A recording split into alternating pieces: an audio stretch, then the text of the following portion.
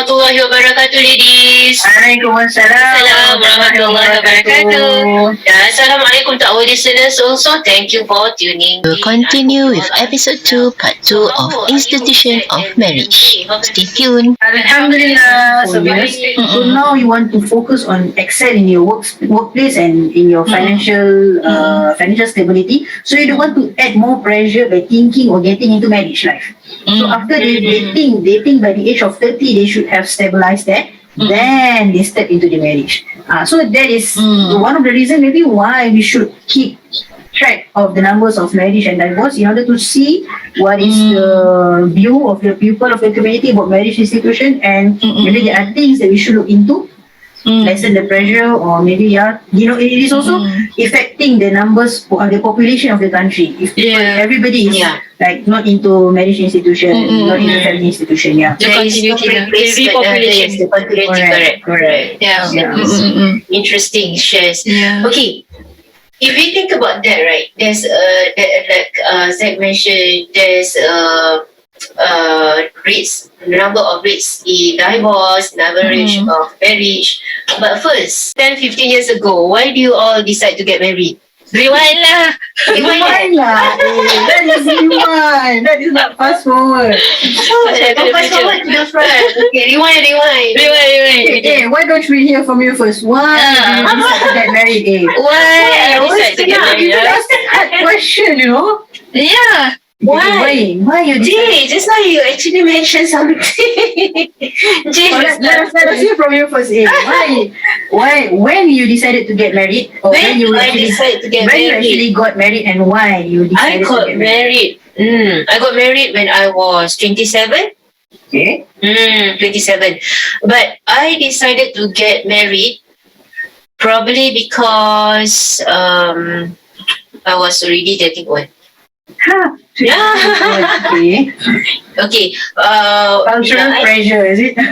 I think it's more like a community kind of Expectations. Yes, expectation, age range that you have to get married at a certain age. But the one that I remember is that, right, if I took longer time to get married, my gap with my children will be even further. Yeah. The point there. Because now at age 40, my youngest is 4 years old. Yeah.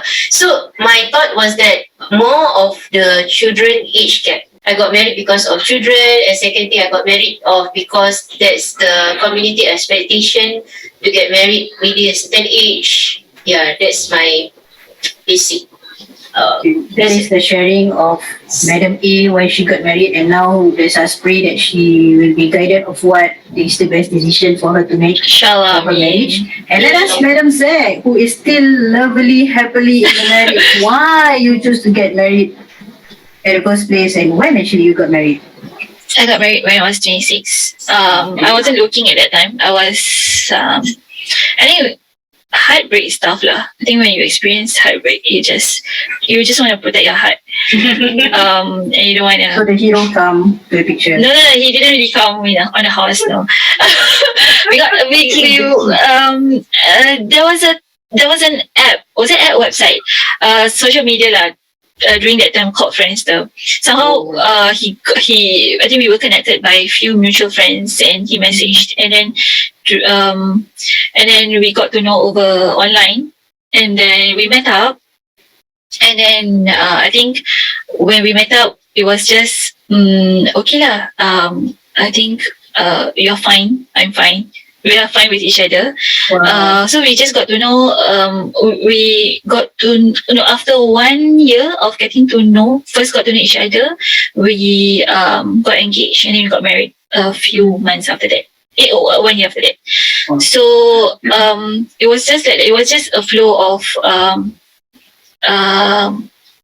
events lah. Yeah, but for himself, I mean, both of us experienced heartbreak before that. Were we rebounds? No, we weren't, because I think we were so much affected by our previous heartbreak. But we went on working on ourselves for a few years lah. Yeah. So I remember before we got married, I was very anxious. at 26, I was so comfortable living as an individual. I can go out anytime I want. I can go have night rendezvous with my girlfriend. I only have to answer to my mom, which she rarely asks questions on. So the thought of sharing a room with a boy really affected me then. But at the same time, it was a very conflicting emotions. I want to get married because I think I'm curious how the future is like with this person, and at the same time, am I ready to let go of my independence and share that space with this another person? Yeah, so it was both, but of course, we had all ups and downs. But I think we are blessed to have a very positive environment supporting our union. Yeah. Allah. And we look at you and your husband as what relationship goal? No. Don't do sejauh. No. You know, you see, because why I say so, Madam Zack was ready with her attire to go to Orchard, but because of love, Orchard. to go to Orchard, but because of love, she walked from Junction 9 to Chompang, together with the husband, mashallah. That is what we call Beautiful dress. Sakina, Mawadda, and Rahma, mashallah. I already told him that I want to go Orchard with our daughter. I want to have a date with her. I don't want to have a date with him. He can do whatever things he wants usually on Saturday. So he gave me a sad face. But I want to spend time together. But because internally, I really, really want to spend time with my daughter, just the two of us. But my mind is saying that it's so difficult for him to emote like that. It means something. So, okay. So it was just an objective decision to just follow him along. You made the right decision. Yeah. So exactly. Marriage is tough because there are many times when you have to do things just because you love a person. Yes. Okay. Wow. Let's get my husband to hear this special word. Jay, you don't Tai Chi. So what? Yes. Okay. So I have to reflect back. Right. Okay, I got married when I was 25. So 25, 26, 27. That time I was in my towards the end of my first year of my university life. Okay, I was not that healthy that time. Right, I got some health issue, and I represented the school, the university in debate locally and nationally lah. So because I keep get sick, so my debate trainer suggested that why don't I get married, settle down, so there will be someone who take care of me, who look after me, because they themselves cannot look after me because they are married. So the male trainers don't want the spouse to have like a wrong idea of what is happening between me and the trainers, right? So it is a matchmake marriage, and at the same time I decided to get married because there is this one guy who been stalking me, right? Early in the morning, he's already there at the hostel car park. Whoa. So if I have class at night, he's already there at my car waiting for me. So I feel nuisance, I feel disturbed. So I want to stop this guy from disturbing me. So I decided to get married. That is the reason why I got married before. Wow. So he was also somehow a knight in shining armor lah. Yeah, I can see that he is the one who saved me from being disturbed by other guys, the one who took care of me. But in marriage, like Zack said, it is not easy. There is ups and downs, and it is a seal that Qadarullah wa masha'afa'al. We are not fated to be together again. So but still there are some good things and some bad things. Yeah. Maybe just share a little bit more. When at that age, I was already in my mid-career. I was, there's a lot of, like Zack said, it was tough because after a few years of getting married, I have to leave my engineering because of my work schedule is chaotic. So I can't manage my kids. So why that time it was a lot of decision lah, like what Zach experienced walking from Chompang, from J9 to Chompang, right? So we have to make very huge decision in our life, especially as wife, especially when you are in Singapore. I think generally most of the women are working lah. So yeah, there's a lot of decision making that we have to make during our marriage, and there's a sacrifices lah a lot during that marriage. So back to what I mentioned earlier. I was in my mid career, and he just completed his university education in Singapore. So yeah, so I was thinking in terms of future. He got the perspective in terms of children. He probably can lead. So there are some basic criteria that I actually made during that time. Yeah, after a very bad heartbroken, what do you call that? Just now, Zed? Heartbreak during the very bad heartbreak experience I had with my previous previous engagement. Previous, yeah. That is also the reason why we have to reflect back why we got married. Because in the middle way of the marriage, if there is like badai, ombak, whatever things that come, so you sit back and ask yourself, why do I get married? Why do I choose this specific person at the first place? And from there we can see a lot of like sweet memories. We can see the good things about that person. Instead of now we are having problem, we keep seeing the bad things, we keep seeing the monster part of that person. Yeah. So that is why we are sharing with all of you why we choose to get married in the first place. So if you are having any problem right now with your spouse, sit down and think back. You need a lot of reflection. Yes. So exactly. basically, probably, right? Maybe I just since G already mentioned about this, there is no right or wrong in marriage. In marriage decision, this whatever you have decided, right? Whatever you have went through. For myself, I went through engagement. In fact, when my engagement broke off, it was we already had a house. It's already going to be like about 80% already renovated. Wow. 80% renovated, and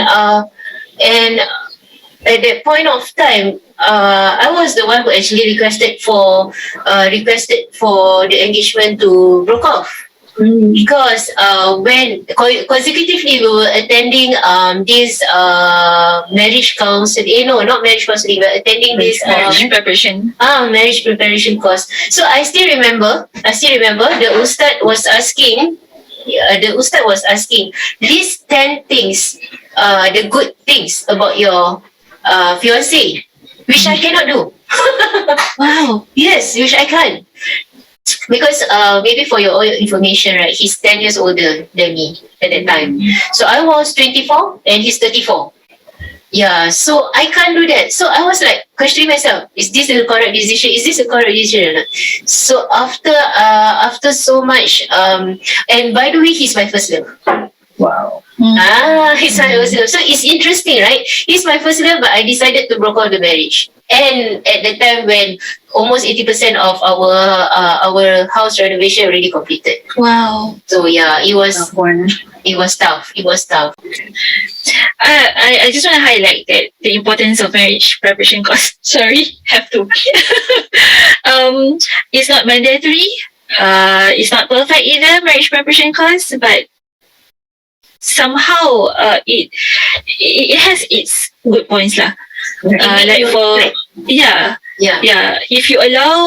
you give it a chance, for adik-adik who wants to get married, or even for our peers who are remarrying, there are a lot of marriage education classes available. Yeah, I agree on that because I didn't go through any marriage preparation course because I was out of Singapore studying there.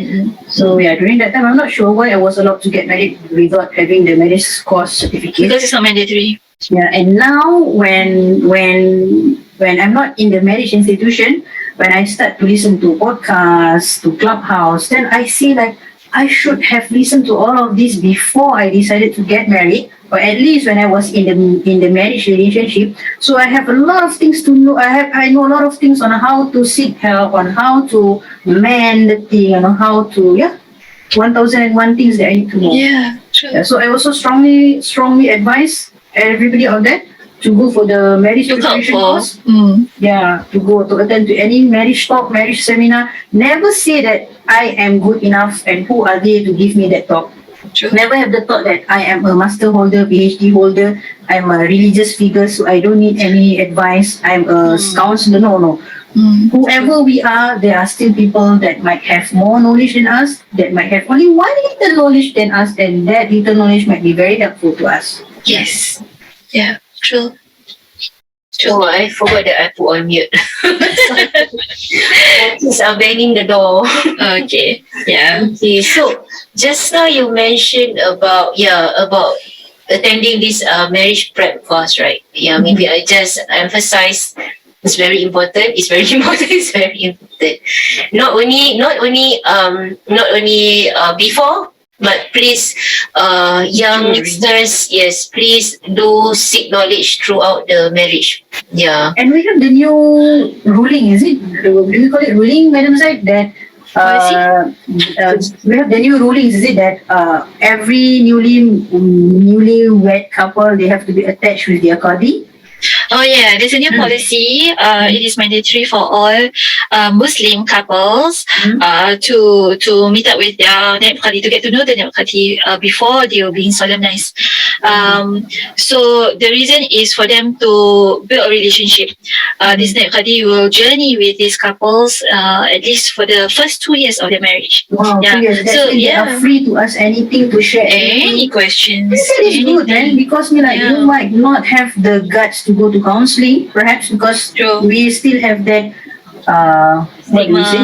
Stigma. Stigma on those who go for counselling. Yeah. And we might not want to share our problem with our parents because we are scared that they might have high blood pressure, stress, or what. You don't want to worry them. Yeah. So and some friends also, we must really make sure that we share our problem with a proper friend who will not backstab us or badmouth us. Yeah. So Correct. these naib qadi are doing something noble, I believe. Yeah, They will very. be your companion for 2 years, mashallah. Yeah, Yes, it's good. yes. 2 years. Wow, mashallah. 2 years. That is, first 2 years are the very unstable period of the marriage, Still right? getting to know each other, adjusting. A lot of challenges during these early years lah. Yeah. Mashallah. So not only naib qadi but also their most staffs will be helping them lah, because in a year mostly there are about 6,000 Muslim marriages. Yeah, there's a lot. 6,000 Muslim marriages per year. Wow. So there's a lot of new families to take care of. So you have the whole institution of mosques, professionals ever ready to assist these newlyweds, inshallah. This need to be made known, to everybody. I think not all of them knows about this. Yeah. Maybe I just emphasize on this. I just step on this, right? Because I think this help, right? This, mashallah, this is a very good initiative that they have currently, right? I wish that they have the same initiative back 10 years ago. I wish too. I agree on that, mashallah. Yes, I agree I on wish that. too. Yeah, Those because newlywed, you are so blessed so to have privileged, this. privileged to have this. mashallah. And it's not just a normal counselor, it's the naib qadi, Yes. Yes, It's a mashallah. special person who actually legalize your union. Yeah. How special is that? And Yeah. it's a very close contact, right, Zed? It's a close contact, right? Yeah, mashallah. It's like macam one-to-one service to you for 2 years, mashallah, mashallah. You know, yes, because for us, we are very dependent on going to counselling. Correct. We are dependent on not only that, we as or either one of the spouse lah, either wife or the husband, right? They have to be the ones suggesting to their partner, let's go for counselling. But now you have this naib qadi is assisting you, for 2 years, mashallah. I tell you, if let's say, right, in any part during any stage of your journey that you need help, right, you do seek help. It's so important. Please seek help. It's okay. First thing is that I want to say that when you seek help, when you attend counselling, right, it doesn't mean that it's the end of the world. Correct. It's mashallah, I tell you, it can be the most beautiful step to actually beautify your whole relationship, inshallah.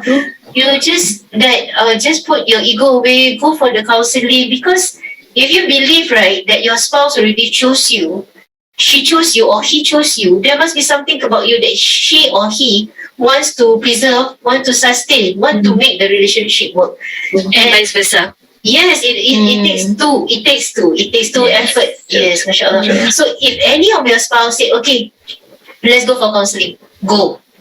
It's not leading you to divorce. Trust me, it's not leading you to divorce. Yeah. If you take early what do you call that, Zach? Early step. Yeah, actually, counselling is. I mean, people usually imagine that counselling whenever you have problem, then you go for counselling. Actually, no lah. You can go counselling whenever. Yeah, you can go counselling just to listen yourself think. Yeah, it is a very nice feeling to have someone who actually listen to your raw emotions, raw thoughts.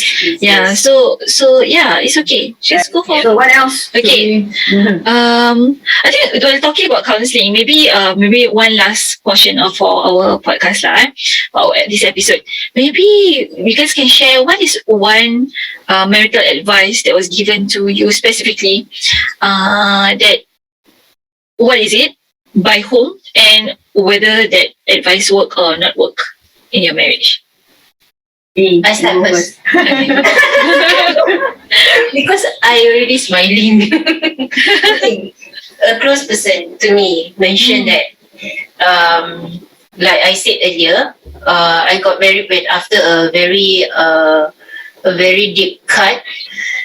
So my mom told me to get married to somebody that loved me more. Because if somebody were to love me more, he will put a lot of effort to make the relationship works. But then, marriage does not only take one effort. In marriage, it takes both partners to make it work. And if there is any any hurt or any argument or any time during your marriage that you did not have those matters resolved at the early stage, it will be carried out throughout the rest of your marriage life, which is not healthy. So definitely, even though that person loves you first, but it takes two person to make the marriage work. So Madam A's tagline today is, it takes two hands to clap. Yeah, Correct. Yeah? Right. both Thanks, advice. Jay, Me. what Okay. advice? I have this one best friend. They've been my friend since P1 until now. Oh. We are 39 years old. We are still a good family friend. She said, I quote and quote, cinta tu buta. Jangan kemaruk cinta kau butakan mata kau. Okay? It like a cliche. Everybody will say that cinta tu buta, cinta tu buta. But yes, when you sit down back, you actually, when you are in love, you tend to like ignore the red flags of your future spouse, right? But when you got married, you actually know that this person, for example, you are the person that must be on time, must everything is perfectly planned. But then you ignore your future spouse that always come late. For example, they promise to come at 3 but they reach at 4. So that attributes might be passed down to your children. So if you don't want people, you can't live with procrastinated people. So do not choose that people to live with, because you might not only live with that person only, but your children also might have that attributes. Okay? Same goes like hot-tempered and everything lah. So yeah, cinta tu buta. Jangan buatkan kau kemaruk cinta sampai kau buta. Yeah. How about you, Zach? Wow, that should be the last part because it's a nice segue to our future episode. But anyway, so to enter any relationship with at least an open heart lah. Yeah, jangan butakan mata. Okay. For myself, the advice given was by a former boss, but this was not during when we first got married. It was when we have a child. Masa tu, our child fell down fell down and bumped her head, and there was like a big ache on her forehead. So I had to inform my boss saying that I have to take leave. And I told him what happened lah. So he said, okay, leave granted. And he actually added on. He said that, by the way, do not blame anyone. There's no benefit of blaming. Just no, don't blame. Then I'm like, how come? Why is he saying that? Then I realized that we are bound to make mistakes lah. We are bound to make mistakes, and as couples, especially as two individuals who are very different. Yeah. So if we waste time blaming each other, we are just gonna hurt each other more, and there's no moving forward after that. Yeah, so that was a very, very effective advice, I thought, even though it was like by the way kind of thing. Yeah, so we hold on to that. Alhamdulillah. I think blaming will actually destroy the marriage. Yeah. Right? Is that? Do you think so? Yeah, I think so too. Because you're putting energy into an emotion that doesn't progress. Correct. Right. And like after you blame, what is the next step? Yeah, what's next? Yeah. There will be grudges maybe. Right? Right? Yeah. Maybe. It's just gonna hurt more lah kan? Yeah. So probably after we talk the whole conversation, right? So maybe one day, let's put ourselves in a fairy tale. One day you receive a magical wand, and then you swirl it. Your life returns to the time when you are 26, 25, 27. Nice. Young and single. But you still have like all the memories of your current life, Right. But then at that point of time, right, how would you like navigate or your marital choices, or maybe what it can impact your decision? Okay lah, Zed lah. Okay, I start first. Even with all the tough memories, difficult memories, right? I think I won't change. I won't change the decision. I think it definitely has its up and down. Sometimes I do wonder whether it's the right decision, but without those ups and downs, I wouldn't be able to benefit from it. I wouldn't be who I am today, and I feel blessed with who I am today. So do I change anything? No, those happens for a reason, and I appreciate those those reasons lah. I appreciate those experiences. Yeah. If I were to go back in time, I would change something, but I would change about myself. I would learn to, instead seeking love in the other partner, instead of seeking out love, I will learn to love myself, because I remembered how many times I was heartbroken at that point of time. Yeah, and then take note, this topic will be our future episodes. Yeah. Loving self. Yeah. Loving self. It was so. I just realized it when I'm now at this age, the importance of actually having content, of just spending time with yourself. Put yourself first. Not being selfish now. It's totally different from being selfish. Tapi to be content, to be yourself. And I remember Zack told me this: don't put anybody on a pedestal. When you put anyone on pedestal, you are looking and you are making yourself so small and making that person so high that when you get into a relationship, right, you intend to have you have to make yourself adapt to make yourself look small in his eyes. That's my perspective lah when Zach told me that. So that is so important, to self-love, to know your worth, to know that if you seek Allah, right? If you seek Allah's love, macam mana Zulaikha bila dia tukar dia punya perspective of not looking for Nabi Yusuf, but she changed after she went through a hardship and she actually seek Allah. Nabi Yusuf came after her. MashaAllah. You see, so it's which I actually implemented in my life right now. The importance of knowing yourself, knowing your worth. Cari diri dulu, cari ilmu, find yourself. That is, the rest will fall through lah. In short. InsyaAllah. Yeah. InsyaAllah. Okay, pass balik Kak Cik. I don't know what to say. Okay, for me, like, I don't know, if I were to go back to my 25 years old, like Ada said, I would love to love myself first. So from there, I will be choosing my life partner wisely, and yeah, not to ignore red flags Flex. from the beginning, and to seek Allah's guidance all out. Whether this is the correct choice, whether this will be benefiting me, my life, my future, my deen, my career. Yeah. And by saying so, our next podcast. Identifying flags and Yeah. also in general choosing the partner. How do we choose our partners? All right. So we are at the end of the episode. So just to inform our listeners that we are very, very new to this, so you will witness the raw and the fact that we are trying out new things, but you have a commitment that we want to do better, inshallah. Yeah, so look out for that as well. Yeah. Okay. All right. Just to summarize, Overspilled Milk, the podcast, is a platform for raw and candid opinion about life experiences. We celebrate the oops and the wahs of life. We notice the milk in the bottle, and we also hope to learn and appreciate the spilled milk, understand why and how it happened, and resolve to do better. Overspilled Milk is produced with you ladies in mind who are also figuring out life as we are. Till the next episode. Assalamualaikum warahmatullahi wabarakatuh. Assalamualaikum. Bye.